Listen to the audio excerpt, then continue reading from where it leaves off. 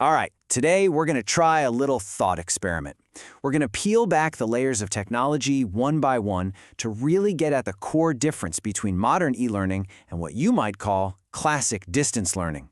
And to do that, well, we've got to put you in the driver's seat. Okay, so picture this. It's your classroom, but schools are closed. All your students are at home waiting to learn.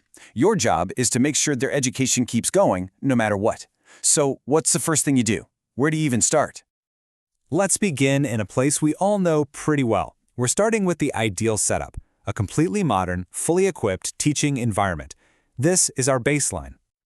I mean, just look at the tools you've got at your fingertips. This is powerful stuff. You're not just, firing off information into the void. You're building an actual virtual classroom. With something like Google Classroom, you can make quizzes that give instant feedback. You can set up group projects, the whole shebang. The potential for real engagement here is it's incredible. So everything we've just described, this whole setup, well, it has a name, e-learning. It's all about using digital tech and the internet. And the two most important words here are interaction and flexibility. Your students can learn whenever, wherever, and they can talk directly with you and with each other. This is the world we're used to. Now, let's start taking it apart. And here's where the fun really begins. We're going to start a journey backwards. We're going to unplug your tools, piece by piece, just to see what's left at the very, very core of teaching from a distance. You ready for this? And boom! Just like that, your main platform is gone. No more Moodle, no more Google Classroom. All that slick organization, the gradebooks, the assignment portals, poof, it's vanished. Your whole command center is just gone. So, what now? Well, it's messy. It's clunky for sure. You're suddenly trying to track everything in spreadsheets and you're just drowning in emails. But, and this is the key part, the teaching can go on. You just lost your central hub. Okay, this one's a big deal. The internet is gone. And I don't mean for like an hour. It's gone for good. No email, no websites, no cloud storage. That digital bridge connecting you to your students has been completely severed. So how do you get lessons to them? Well, you've still got a computer. So I guess you could burn everything onto a CD-ROM or load files onto a USB stick. You'd have to physically mail them out. We're still in the digital world technically, but we've lost all that speed, all that immediacy. The connection is now physical, and it is slow. And there it goes. All of it. Every piece of personal digital hardware is now gone. No computer to make your PDFs, no CDs to burn them onto. Your digital toolkit is officially empty. So, what is left?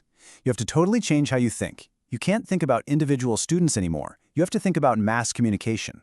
Your only options are things from a totally different era: radio, television, maybe even the newspaper. Your lessons would have to be broadcast over the airways or printed for everyone to see. And here we are. We've arrived. There's nothing else we can take away. We've stripped this all the way down to its most basic, non-digital, remote form. We've finally hit bedrock. And this, right here, is classic distance learning. Yeah, it's slow, it's not personalized at all, and it's pretty inflexible. But, and this is so important, learning can still happen. It's built on slow, indirect transmission through old-school media, but the core mission of education, it's still alive. So after stripping everything away, what did we actually find down here at the bedrock? Well, this whole journey brings us to two fundamental questions, the kind of questions that every single teacher, whether they have a supercomputer or a printing press, absolutely has to answer. And there they are. It doesn't matter if you have a fancy e-learning platform or just a radio microphone. These two questions never, ever change. They are the absolute heart of teaching. And all that technology we just stripped away, it's not magic. It's just a different, more modern set of answers to these exact same challenges. Okay, so let's put these two worlds side by side. Let's really make the differences that we've just uncovered crystal clear. This table really lays it all out, doesn't it? On one side, you've got e-learning. It's all high-tech, immediate interaction, super flexible. Its whole game is interactivity. And then you look at classic distance learning. It's low-tech, it's delayed, it's way more rigid, but its key feature is something really powerful, just ensuring access and continuity when nothing else can. Two totally different toolkits.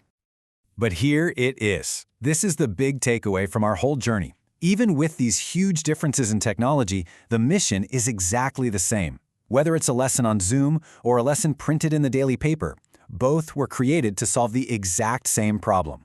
How do we keep people learning when they can't be in the same room? At their core, they are both about continuity. And that leaves us with one last pretty big question to chew on. As we keep building the future of education, is all this incredible technology we have just a better set of tools for answering those timeless teaching questions? Or has the technology itself become the new foundation? The answer to that is probably going to shape how we all learn for a long, long time. Thanks for coming along on this little thought experiment.